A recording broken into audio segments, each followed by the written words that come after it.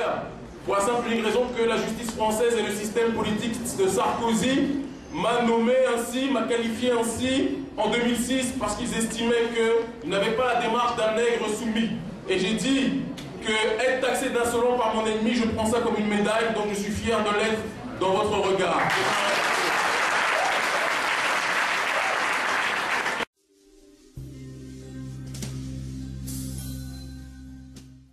Je ne ferai pas partie de cette génération, et je vous le dis clairement et simplement, de frères et de sœurs qui vous diront que l'Afrique est à l'heure actuelle la dernière de l'humanité parce que nous sommes simplement trop opprimés.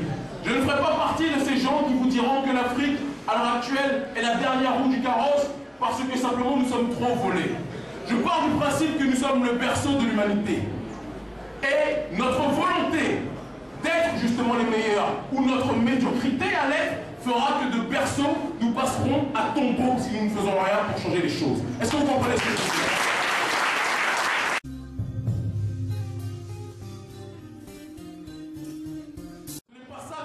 Une matière première ou une richesse naturelle. On est d'accord ou pas?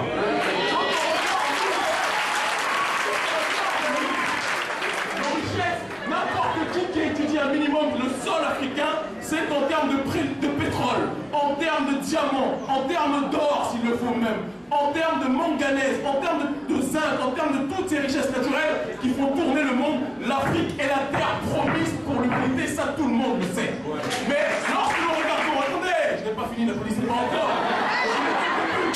Ce n'est que le début. Lorsque vous regardez les autres nations, toutes ces nations-là aujourd'hui sont des populations, des constellations d'individus qui ont compris que puisqu'ils n'ont pas été favorisés par l'autorité divine, lorsqu'on regarde leur sol, ils doivent se dépasser dans le cadre du travail, se dépasser dans le cadre de la foi en soi, se dépasser dans le cadre de l'autodétermination, se dépasser dans le cadre de l'anti-victimisation, se dépasser dans le cadre de la virilité morale que d'autres frères et sœurs appellent l'éthique. Comment se fait-il que nous qui avons tout, nous sommes nés pour faire les choses bien et nous les faisons mal, alors que ceux qui sont nés pour faire les choses mal, les font bien, sont devant nous et nous sommes les derniers de l'humanité? C'est la première question qu'un panafricain du XXIe siècle doit se poser, mes frères et sœurs.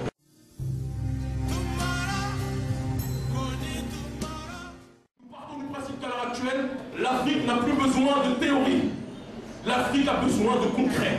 L'Afrique a besoin de personnes qui deviennent non pas des hommes d'affaires au sens prédateur, mais des hommes d'affaires au sens constructeur. Est-ce que vous comprenez ce que je veux dire, oui ou non, mes frères et sœurs?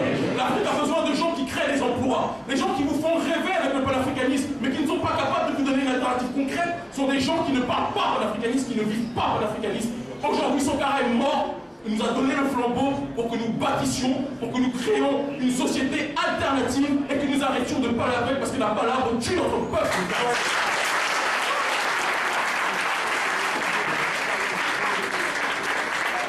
Je voulais vous dire ici, parce que je ne suis pas politique au sens électoraliste du terme. Je ne cherche aucun mandat électoral. Mandat électoral, j'ai envie de dire une chose, n'est rien par rapport au mandat historique, au mandat entre guillemets divin.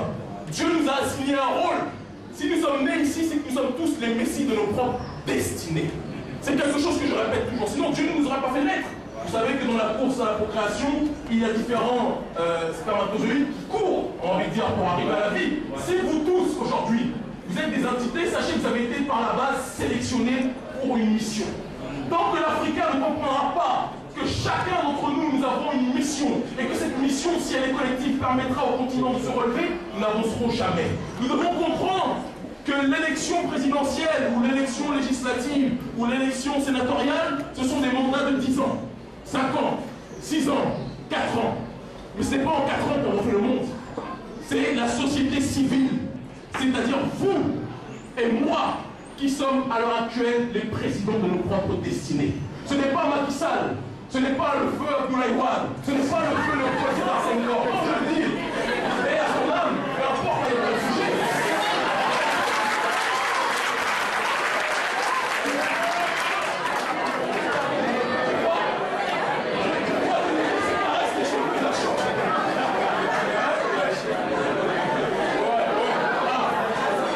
Excusez-moi, on vient de me rappeler un élément de pourquoi Abdoulaye Wade est encore vivant. Pardon.